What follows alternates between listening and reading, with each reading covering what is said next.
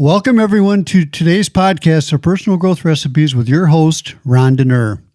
I'm going to cover a subject that is one of the biggest problems we face and is also very overlooked. That is the subject of worry. This will be the first part of a two-part series on how to stop worrying and start living.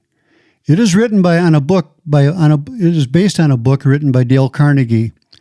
The examples and techniques to conquer worry are time-proven and easy to understand.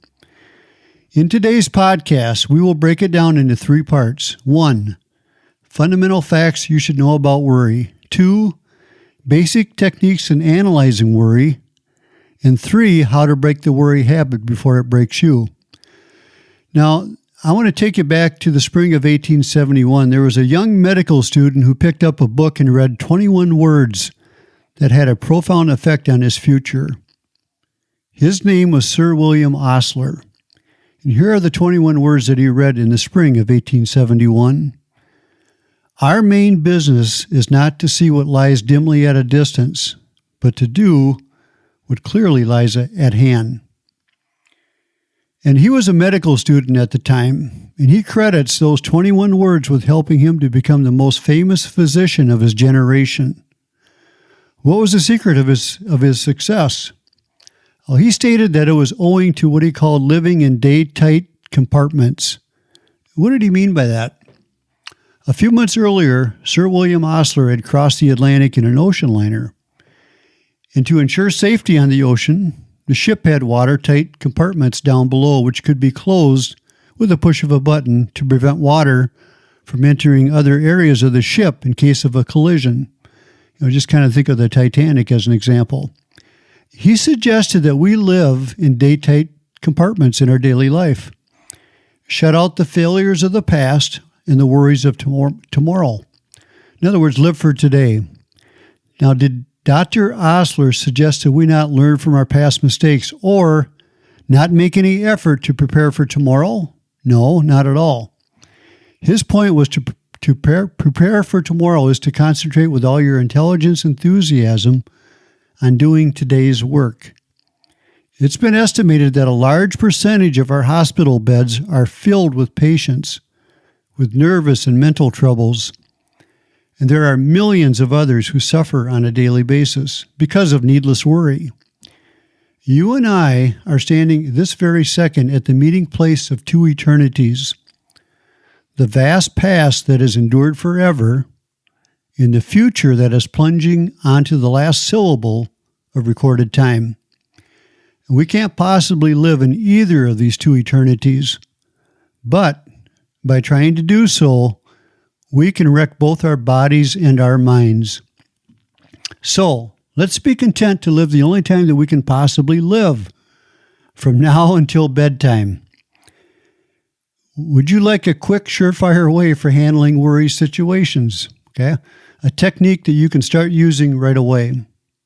Here's a formula. Ask yourself, what is the worst that can possibly happen if I can't solve my problem? Next, prepare yourself mentally to accept the worst if necessary.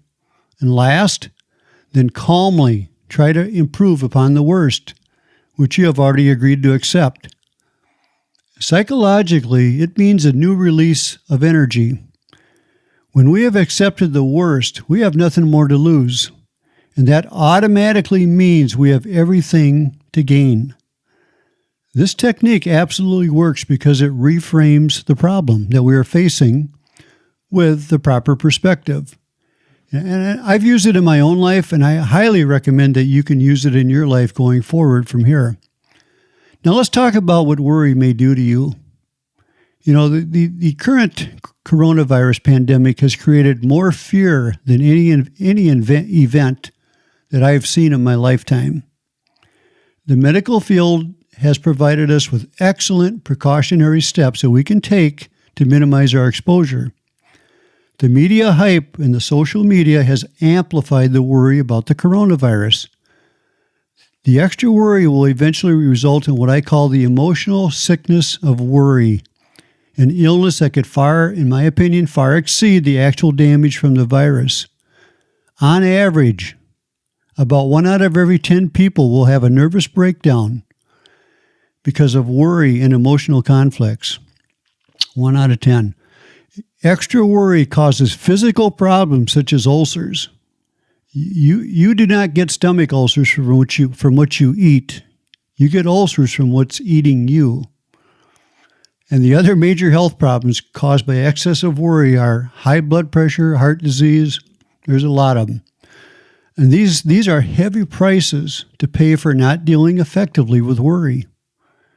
The second part will deal with basic techniques in analyzing worry. We must equip ourselves to deal with different kinds of worry by learning 3 basic steps of problem analysis. And these 3 steps are: 1, get the facts; 2, analyze the facts; 3, arrive at a decision and then act on that decision. Let's take the first rule, get the facts. Why is it so important to get the facts? Because unless we have all the facts, we can't possibly even attempt to solve our problem intelligently. Without the facts, all we can do is stew around in confusion. And confusion is the chief cause of worry. Half the worry in the world is caused by people trying to make decisions before they have sufficient knowledge on which to make a decision. If a person will devote his time to securing facts in an impartial, objective way, his worries will usually evaporate in the light of knowledge. However, getting all the facts in the world won't do us any good until we analyze them and interpret them. And it's much easier to analyze all the facts after writing them down. Let me give you an example of how this works in a real-life situation. I'm going to take you back here. A man by the name of Galen Lickfield was an American businessman working in China. And back then, the Chinese invaded Shanghai, and Galen was the manager of the Asia Life Insurance Company in Shanghai at the time. The Japanese sent an admiral to see Mr. Lickfield with orders to liquidate the company's assets and turn them over to the Japanese. And his choice was to cooperate or else. And or else meant certain death. So Mr. Lickfield liquidated all the assets except for one block of securities worth $750,000. He left it off the list because it belonged to their Hong Kong organization and had nothing to do with the Shanghai assets. But he feared that he would be in hot water if the Japanese found out, and soon they did find out. The Japanese admiral just flew into a rage. And Mr. Lickfield was not in the office when the Japanese admiral stomped and swore, and he called Mr. Lickfield a traitor and a thief. The head accountant, who was there at the time, told Mr. Lickfield what had transpired with the Japanese admiral. And how did Galen Lickfield respond? He immediately went to his typewriter, and he typed 2 questions for himself. 1, what am I worrying about? And 2, what can I do about it? So he proceeded to answer the questions, what am I worrying about? He would be thrown into the prison camp, which would mean certain beatings and death. 2, what can I do about it? Well, he spent hours thinking and writing down 4 courses of action that he could take. They are as follows. 1, I can try to explain to the Japanese admiral, but he doesn't speak English. If I try to explain to him through an interpreter, I may stir him up again, and that would mean death. 2, I can try to escape. Impossible. If I try to escape, I'll probably be captured and shot. 3, I can stay here in my room and not go near the office again. If I do, the Japanese admiral will be suspicious and send soldiers to arrest me and send me to the prison camp. 4, I can go down to the office as usual on Monday morning. If I do, there's a chance the Japanese admiral will be so busy that he will not think of what I did. And even if he does think of it, he may have cooled off and may not bother me. Even if he does bother me, I'll still have a chance to try to explain to him. So, going down to the office as usual on Monday morning and acting as if nothing had gone wrong gives me 2 chances to escape the prison camp. And when I entered the office on Monday morning, the Japanese admiral sat there with a cigarette dangling from his mouth. He glared at me as he always did and said nothing. 6 weeks later, thank God, he went back to Tokyo and my worries were ended. As I've already said, I probably saved my life by sitting down that Sunday afternoon and writing out all the various steps I could take and then writing down the probable consequence of each step and calmly coming to a decision. And if I hadn't done that, I might have floundered and hesitated and done the wrong thing on the spur of the moment. If I hadn't thought out my problem and come to a decision, I would have been frantic with worry all Sunday afternoon.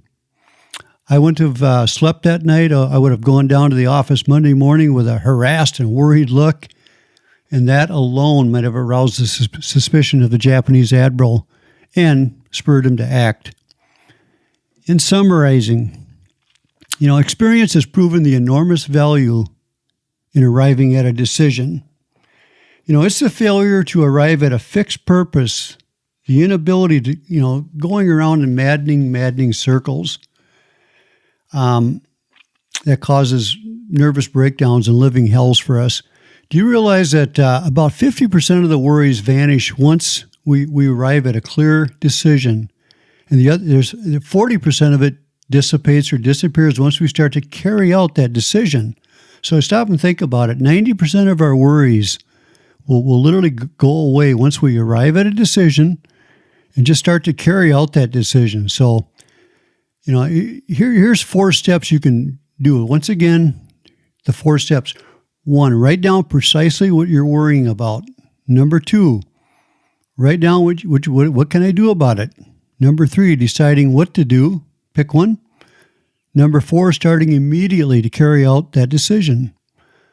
So the next time you're faced with a big worry or a big problem, why not do what Galen Lickfield did? It worked for him and it probably saved his life. Now, the third part is how to break the worry habit before it breaks you. And the first principle is to stay busy. Now, why does such a simple thing as keeping busy help to drive out anxiety? Because of a law, one of the most fundamental laws ever revealed by psychology. And that law is that it is utterly impossible for the human mind to think of more than one thing at any given time. Now, if you don't believe it, here, try a simple experiment right now. Just stay with me here. Sit back, close your eyes, try at the same instant. Try to think of the Statue of Liberty and what you plan on doing tomorrow. What you're going to find out is you can only focus on one of these at a time, but never on both of them simultaneously. Now, the same is true in the field of emotions. We cannot be pepped up and enthusiastic about doing something exciting, and we feel dragged down by worry at the same time. One kind of emotion just drives out the other. Any psychiatrist will tell you that work, keeping busy, is one of the best anesthetics ever known for sick nerves. When we are not busy, our minds tend to become a near vacuum. And human nature does not tolerate an empty vacuum. Our mind is soon filled with emotions of worry, fear, hate, jealousy because of everyday stress. And worry is most apt to ride you ragged, not when you're in action, but when the day's work is done. Your imagination can run wild and bring up all sorts of ridiculous possibilities and magnify them. So the remedy for worry is to get completely occupied by doing something constructive. Grab a positive self-help book. Go do some physical exercise, house cleaning chores, or some other worthwhile activity you can think of. Now, the second principle is to use the law of averages to outlaw your worries. Now, ask yourself, what are the odds against this thing happening at all? On average, over 90% of the things that we worry about never happen. Over 90%. It's been said that nearly all our worries come from our imagination and not from reality. So the next time we are confronted with a fear or a worry, let's just ask ourselves, what are the chances, according to the law of averages, that this event that I'm worrying about will ever occur? And the third principle is to cooperate with the inevitable. If you know a circumstance is beyond your power to change or revise, just say to yourself, if it is so, it cannot be otherwise. We can all endure, put up with disaster and tragedy and triumph over them if we have to. Now, we may not think we can, but we have surprisingly strong inner resources that will see us through if we only make use of them. In other words, we are stronger than we think. And this doesn't mean that we should just bow down to all of the adversities that come our way. As long as there is a chance that we can save a situation, let's fight. But when common sense tells us that we are up against something that is so, it cannot be otherwise, then, in the name of our sanity, we should just cooperate with the inevitable. There's a famous quote that states, give me the wisdom to change the things that I can, to accept the things that I cannot change, and the wisdom to know the difference. The fourth principle is to put a stop loss on your worries, a stop loss. Now, this can apply to a variety of life situations that we face. Impatience, our temper, our regrets, and other emotional strains. We need to reach a point where we realize that the situation is no longer worth fussing about and put a stop loss on it. A cost of a thing is the amount of what I call life, which is required to be exchanged for it immediately or, in the long run. To put it another way, we are fools when we overpay for a thing in terms of what it takes out of our very existence. Go back here again. Once during the Civil War, when one of Lincoln's friends were denouncing his bitter enemies, Lincoln said, "You have more of a feeling of personal resentment than I have. Perhaps I have too much little of it, but I never thought it paid. A man doesn't have the time to spend half his life in quarrels. If any man ceases to attack me, I never remember the past against him." Lincoln understood the principle of putting a stop loss on personal resentments. So whenever you and we are tempted to throw good money after bad in terms of human living, let's just stop and ask ourselves, how much does the thing I am worrying about really matter to me? At what point shall I put a stop loss on this worry and just forget it? So, some good points there. Hopefully you got there today. Well, that concludes the first part of a two-part series on how to stop worrying and start living. And I invite you to be sure to tune in for next Wednesday's podcast for the second episode of this two-part series. We're going to cover 7 ways to cultivate a mental attitude that will bring you peace and happiness, and 6 ways to prevent fatigue and worry and to keep your energy and spirits high. And as always, if you enjoyed this episode, please be sure to like, share, and leave a comment down below. Follow me on Twitter at Ron Dener. Follow me on Instagram at DenerRon. And please subscribe to my YouTube channel, Ron Dener. Also, please subscribe to Personal Growth Recipes on Apple Podcasts. And if you enjoyed it, please give us a 5-star rating. And please like and share our Facebook page, Personal Growth Recipes. So once again, be sure to tune in next Wednesday for my upcoming episode. This is Ron Dener, your host for Personal Growth Recipes, serving up and signing off.